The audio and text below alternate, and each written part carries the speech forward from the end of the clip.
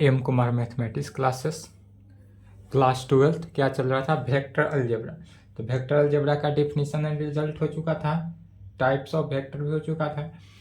अब देखते हैं वेक्टर जो है, वेक्टर अलजेब्रा को टोटल 2 भागों में डिस्ट्रीब्यूट किया गया, मतलब 2 भागों में बांटा गया है। वेक्टर अलजेब्रा को कितने भागों में, 2 भागों में बांटा गया। एक है डॉट प्रोडक्ट है, और दूसरा क्या होता है, क्रॉस प्रोडक्ट। पूरे क्वेश्चन में किसका यूज है, डॉट प्रोडक्ट क्रॉस प्रोडक्ट, यही 2 है ही। डॉट प्रोडक्ट क्रॉस प्रोडक्ट जहां समाप्त हुआ थ्योरम, तहां आपका क्या आ जाएगा, प्रॉब्लम में स्टार्ट हो जाएगा। तो डॉट प्रोडक्ट को कहा जा सकता है प्रोडक्ट ऑफ 2 वेक्टर्स, और क्रॉस प्रोडक्ट को भी कहेंगे क्या, प्रोडक्ट ऑफ 2 वेक्टर। मतलब दोनों के दोनों जो है 2 प्रोडक्ट का क्रॉस, एक क्रॉस प्रोडक्ट में हो जाएगा, दूसरा क्या हो जाएगा, डॉट प्रोडक्ट में होगा। मतलब यह भी प्रोडक्ट ऑफ 2 वेक्टर है, यह भी जो है प्रोडक्ट ऑफ कितना, 2 वेक्टर्स, और यह भी क्या है, प्रोडक्ट ऑफ 2 वेक्टर्स। मतलब कि क्रॉस प्रोडक्ट भी प्रोडक्ट ऑफ 2 वेक्टर्स है, डॉट प्रोडक्ट भी प्रोडक्ट ऑफ 2 वेक्टर्स है। बस अंतर इतना ही है कि डॉट प्रोडक्ट जो है इसको इस प्रकार से सिंप्लीफाई किया जाता है, vector A dot vector B. यदि वेक्टर ए और वेक्टर बी के बीच डॉट प्रोडक्ट है तो वह vector A dot vector B, dot से लिखेंगे ऑलवेज, या पॉइंट नहीं है, डॉट है, इसको बोलेंगे क्या, डॉट। और यदि क्रॉस हो तो vector A cross vector B, इस प्रकार से लिखते हैं। लिखने का तरीका यही रखेंगे, vector A dot vector B में और दूसरा vector A cross vector B में। ऑलवेज जहां vector A dot vector B मिला डॉट प्रोडक्ट, जहां vector A cross vector B मिला क्रॉस प्रोडक्ट। डॉट प्रोडक्ट को एक और स्केलर प्रोडक्ट से नाम से जाना जाता है, और क्रॉस प्रोडक्ट को वेक्टर प्रोडक्ट के नाम से भी जाना जाता है। तब इसमें पहला नंबर देखते हैं, dot product of 2 vectors, 2 vector के बीच डॉट प्रोडक्ट। तो कहेंगे, टॉपिक डालेंगे पहला, डॉट, या इसी को एक और क्या नाम से जाना जाता है, तो स्केलर। तो कहेंगे डॉट या scalar product of 2 vectors.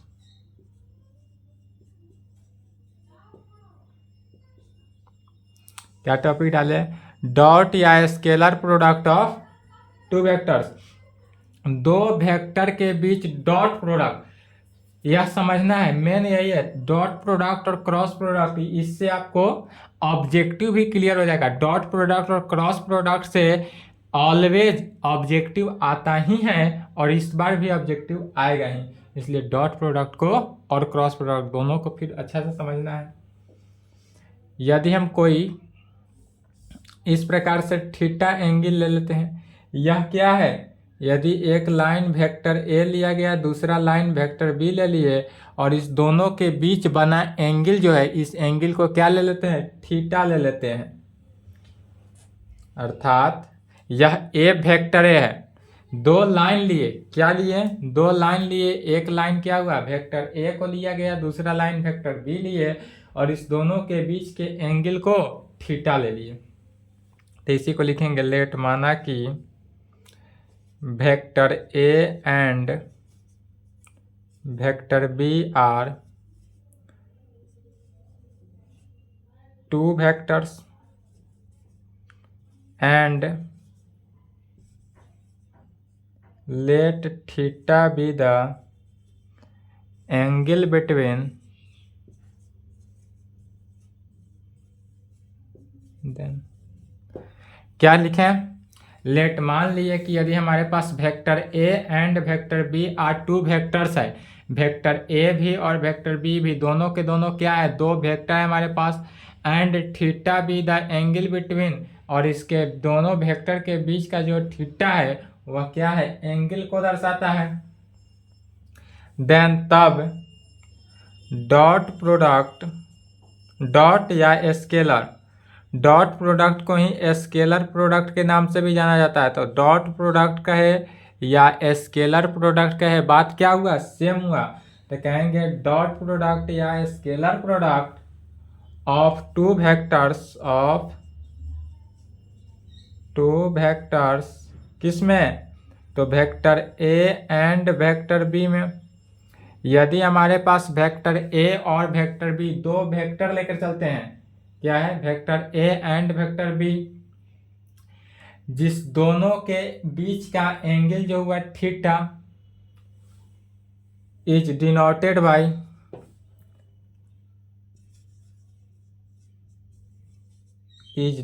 By और इसको किस चीज से डिनोट करते हैं, तो vector A dot vector B से, vector A dot vector B इस प्रकार से डिनोट करते हैं। किसको, डॉट प्रोडक्ट को डिनोट किया जाता है vector A dot vector B से।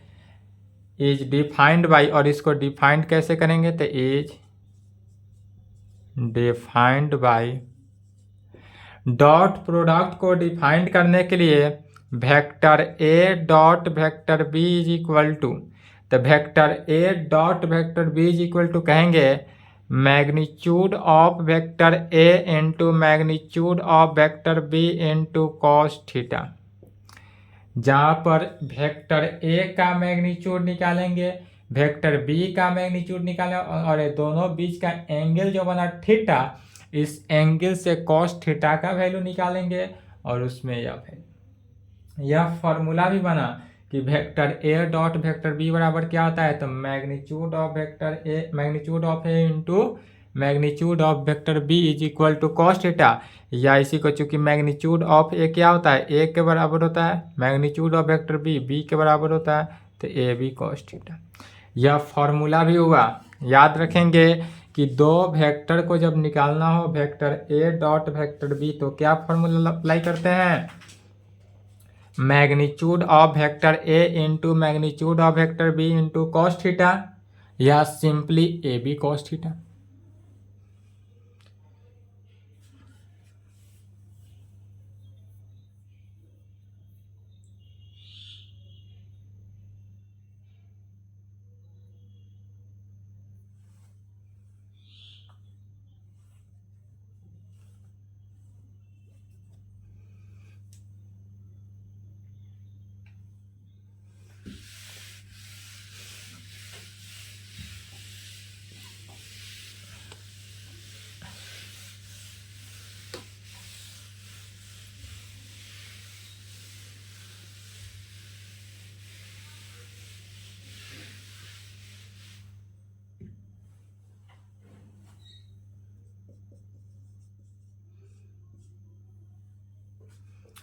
नोट में लिखेंगे, नोट पॉइंट कर देंगे।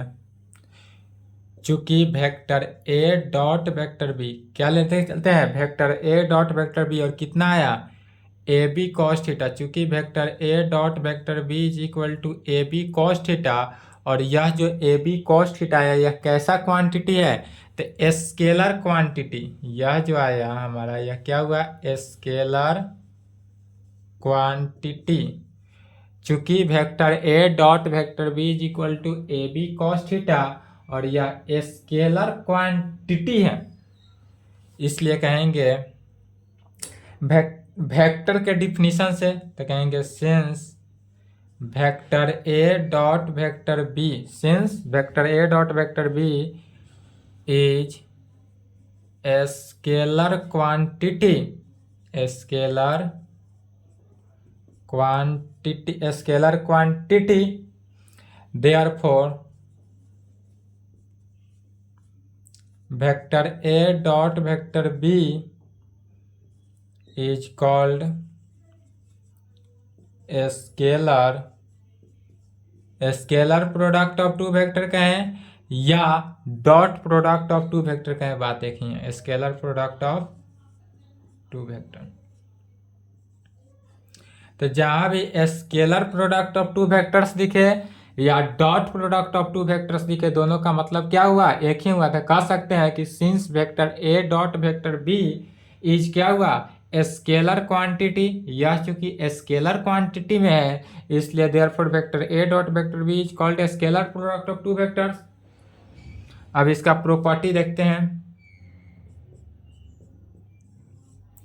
लिखेंगे properties of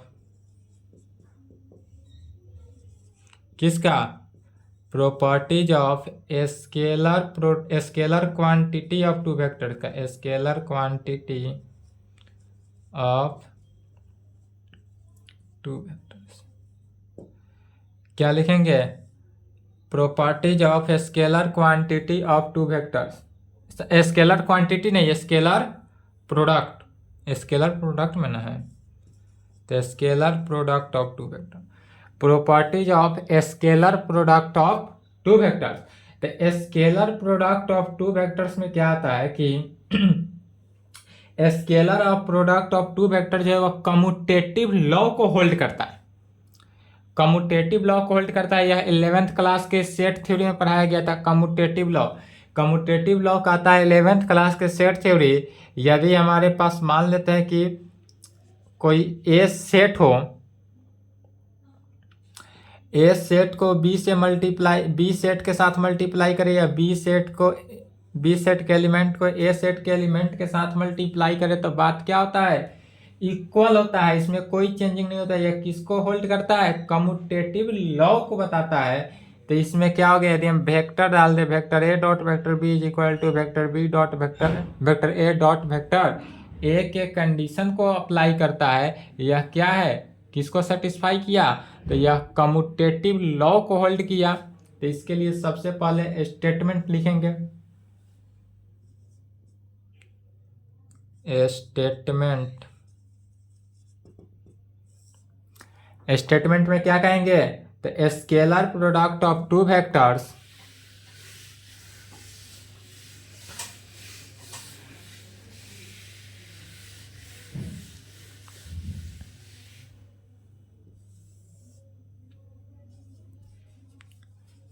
scalar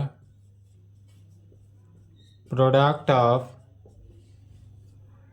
to vectors hold associative law, किसको होल्ड करता है, एसोसिएटिव लॉ को, अर्थात scalar product of two vector जो है होल्ड करता है किसको, एसोसिएटिव लॉ को होल्ड किया। डेट इज एसोसिएटिव लॉ को होल्ड किया, अर्थात मीनिंग हुआ एसोसिएटिव लॉ का, vector A dot vector B जो है इज इक्वल टू होगा किसके, vector B dot vector A के, vector A dot vector B जो है इज इक्वल टू क्या होगा, vector B dot vector A के। इसी को प्रूफ कर देते हैं।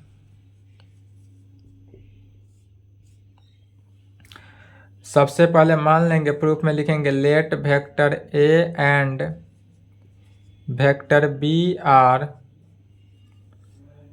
To vectors and let theta be the angle between them. जो पहला लिखा गया स्टेटमेंट उसी को प्रूफ में लिखेंगे। लेट माना कि vector A and vector B are two vectors and let theta be the angle between them, angle between है तब कहेंगे इसलिए by definition of dot product, dot product के डिफिनीशन से, इसलिए by definition of dot product of two vectors, of two vectors we have, dot product के definition से क्या हम पाते हैं, तो वेक्टर डॉट प्रोडक्ट का डिफिनीशन क्या है, vector A dot vector B is equal to magnitude of vector A into magnitude of vector B into cos theta. क्या है, डॉट प्रोडक्ट का डिफिनीशन बोलता है कि vector A dot vector B is equal to magnitude of vector A into magnitude of vector B into cos theta, या यह is equal to हो जाएगा किसके, ए बी कॉस थीटा के इक्वल। इसको इक्वेशन 1 मान लेते हैं, क्योंकि मैग्नीट्यूड ऑफ वेक्टर ए जो है ए की इक्वल होता है, मैग्नीट्यूड ऑफ वेक्टर बी किसकी इक्वल, बी के इक्वल, तो इसको इक्वेशन 1 मान लेंगे। तो यह vector A dot vector B निकल गया, एंड अब पुनः निकालेंगे किसना, vector B dot vector A.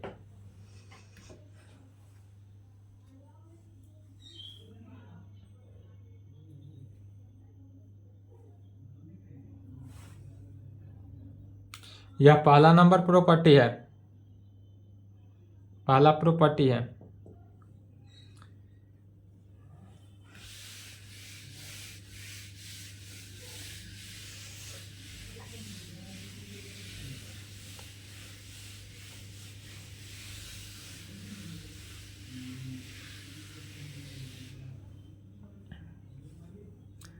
And अब निकालेंगे किसको, तो vector B dot vector A. यदि हम vector B dot vector A निकालते हैं अर्थात magnitude of vector B into magnitude of vector A into cos theta, या किसको निकालना है, magnitude of vector B into magnitude अर्थात किसका, इसको उल्टा करके निकाल दिए।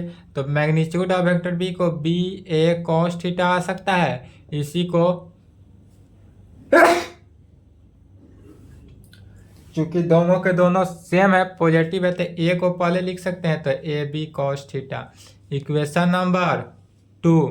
अब क्या कहेंगे, from first and second we get, first और सेकेंड से देखेंगे तो इक्वेशन फर्स्ट का लेफ्ट हैंड साइड और right hand side, left hand side equation 2 का लेफ्ट हैंड साइड अलग है, लेकिन दोनों का राइट हैंड साइड देखेंगे इक्वेशन 1 और 2 का, तो दोनों में A B cos theta right hand side equal है। तो जब राइट हैंड साइड इक्वल है तो लेफ्ट हैंड साइड भी क्या हो जाएगा, इक्वल। जब राइट हैंड साइड इक्वल है इसलिए लेफ्ट हैंड साइड क्या हो गया, इक्वल। तो vector A dot vector B is equal to vector B dot vector ए।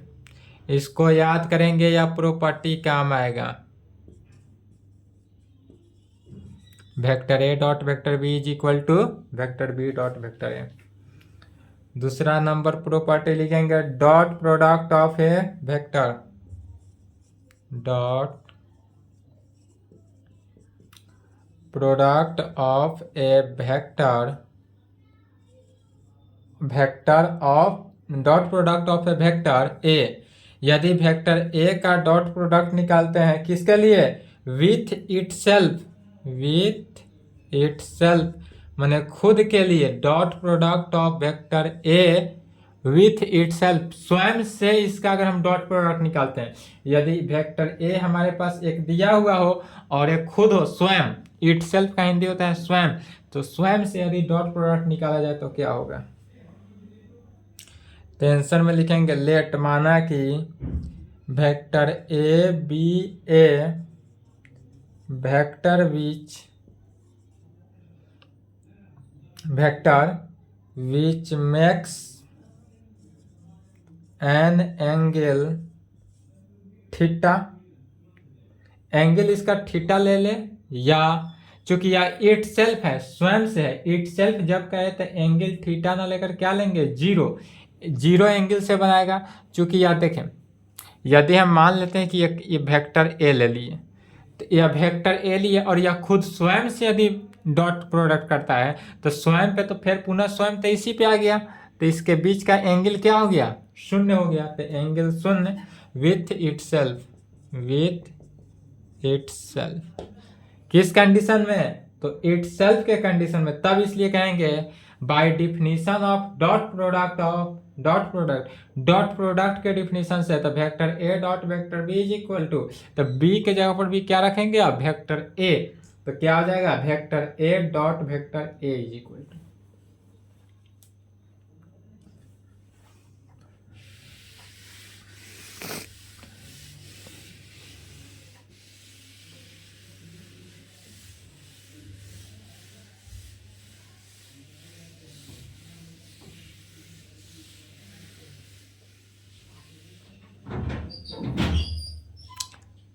इसलिए by definition of dot product के डिफिनीशन से क्या हो गया, vector A dot vector A is equal to magnitude of vector A into magnitude of vector A into cos theta के जगह पर क्या रखेंगे, 0। तो यह लेफ्ट हैंड साइड क्या हो गया, वेक्टर ए का square is equal to magnitude, तो A into A cos zero का वैल्यू 1 ए स्क्वायर, तो vector A dot vector A is equal to vector A का square is equal to A square. यह always आएगा, यह सब objective के लिए यह पूछ देगा vector A dot vector B is equal to क्या होगा, यह पूछ देगा ऑब्जेक्टिव। या सब के सब किस लिए है, ऑब्जेक्टिव के लिए है।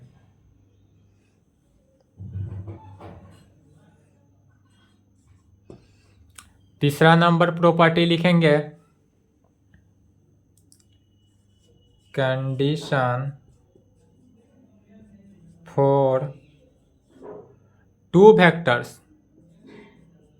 किसका condition, the condition for two vectors are perpendicular, यदि एक दूसरे पर क्या हो, परपेंडिकुलर हो, तब क्या कहते हैं, the condition for two vectors are perpendicular, यदि दो वेक्टर का कंडीशन एक दूसरे पर क्या हो, परपेंडिकुलर हो तब। तो जैसे कि दो वेक्टर, यदि हम वेक्टर ए ले लेते हैं, यह जो हुआ, यह क्या हुआ, वेक्टर ए ले लिए, यह दूसरा क्या हुआ,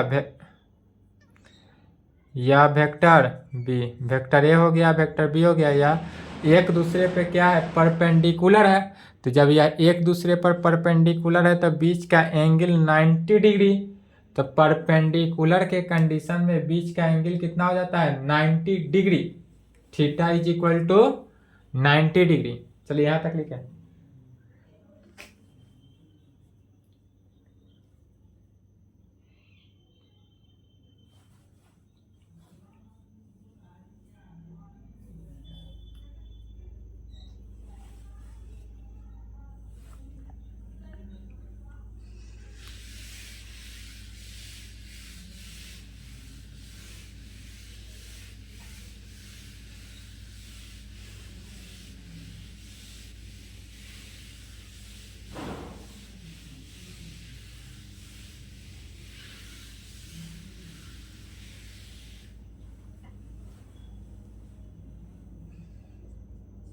इफ यदि वेक्टर ए, इफ यदि वेक्टर ए जो है इज परपेंडिकुलर है, वेक्टर ए क्या है, परपेंडिकुलर टू कहाँ पे, वेक्टर बी पे। यदि हमारा वेक्टर ए जो है परपेंडिकुलर टू वेक्टर बी लिखे, या वेक्टर बी इस प्रकार से भी लिख सकते हैं, वेक्टर बी पे हो, देन एंगल बिटवीन, देन तब इसका एंगल जो होगा, एंगल बिटवीन लिखे डायरेक्ट लिख सकते हैं, देन इसका एंगल कितना होगा, π/2 इज 90 डिग्री, अर्थ इज एंगल इज π/2। यदि वेक्टर ए जो है वेक्टर बी पे परपेंडिकुलर है, यदि जो वेक्टर ए है वेक्टर बी पे क्या है, परपेंडिकुलर है, तब इसके बीच का जो एंगल होगा वह क्या होगा, 90 डिग्री होगा। इसलिए by definition of dot product से, तब कहेंगे इसलिए by definition of dot product, dot product के डिफिनीशन से हम क्या कह सकते हैं, dot product of two vectors, dot product of two vectors we have, dot product के वेक्टर से कहा जा सकता है कि vector A dot vector B is equal to magnitude of vector A into magnitude of vector B into cos π/2। Angle के जगह पर थीटा, थीटा के जगह पर क्या रखना है, π/2। तो मैग्नीट्यूड ऑफ वेक्टर ए कितना, ए, मैग्नीट्यूड ऑफ वेक्टर बी कितना, बी, और कॉस 90 डिग्री का वैल्यू 0, कॉस 90 का वैल्यू क्या हुआ, 0, 0 से सभी में मल्टीप्लाई हो गया, तो क्या बना, 0। तब कह सकते हैं कि 10 यदि वेक्टर ए जो है परपेंडिकुलर हो वेक्टर बी पे, डायरेक्ट शॉर्ट फॉर्म में परपेंडिकुलर टू को इस प्रकार से डिनोट करते हैं, तो 10 इफ यदि वेक्टर ए परपेंडिकुलर हो कहाँ, वेक्टर बी पे, देन तब vector A dot vector B जो है किसके इक्वल हो जाएगा, 0 के। यदि वेक्टर ए जो है परपेंडिकुलर हो वेक्टर बी पे, देन तब vector A dot vector B जो है किसके इक्वल हो जाएगा, 0 के। एंड कन्वर्सली, या नोट पॉइंट में लिख लेंगे,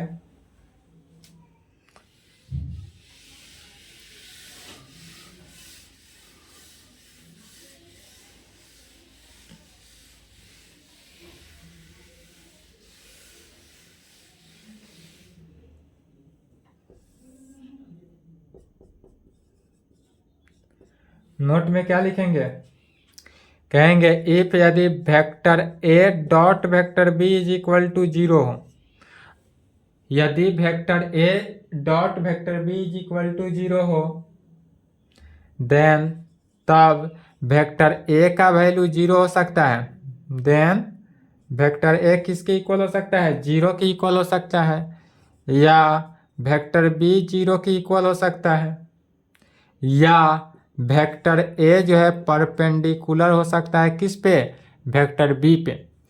तो कह सकते हैं इफ यदि vector A dot vector B is equal to 0, then तब उस कंडीशन में vector A is equal to 0, या vector B is equal to 0, या वेक्टर ए जो है परपेंडिकुलर होगा किस पे, वेक्टर बी पे।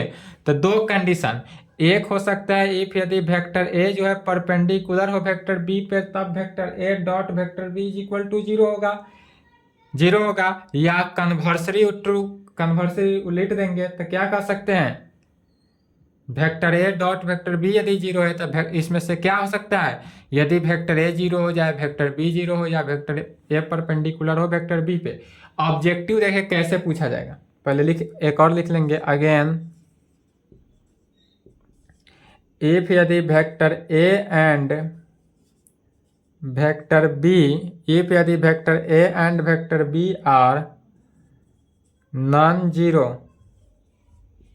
वेक्टर्स, या कैसा वेक्टर है, नॉन जीरो वेक्टर हो, सच दैट, अगेन इफ यदि vector A and vector B are non zero vector हो, सच दैट, तब vector A dot vector B, vector A dot vector B जो है किसके इक्वल हो जाएगा, 0 के, such that vector A dot vector B is equal to 0, then तब vector A जो है परपेंडिकुलर होगा किस पे, वेक्टर बी पे, वेक्टर ए जो है वह क्या होगा, परपेंडिकुलर हो जाएगा वेक्टर बी पे। तो ऑब्जेक्टिव इस तरह से दे सकता है कि ऑब्जेक्टिव जब देगा कि जब वेक्टर ए वेक्टर बी पे परपेंडिकुलर हो तो vector A dot vector B का वैल्यू क्या होगा, ऑप्शन में दे देगा 4 को 0, तो क्या देंगे 0।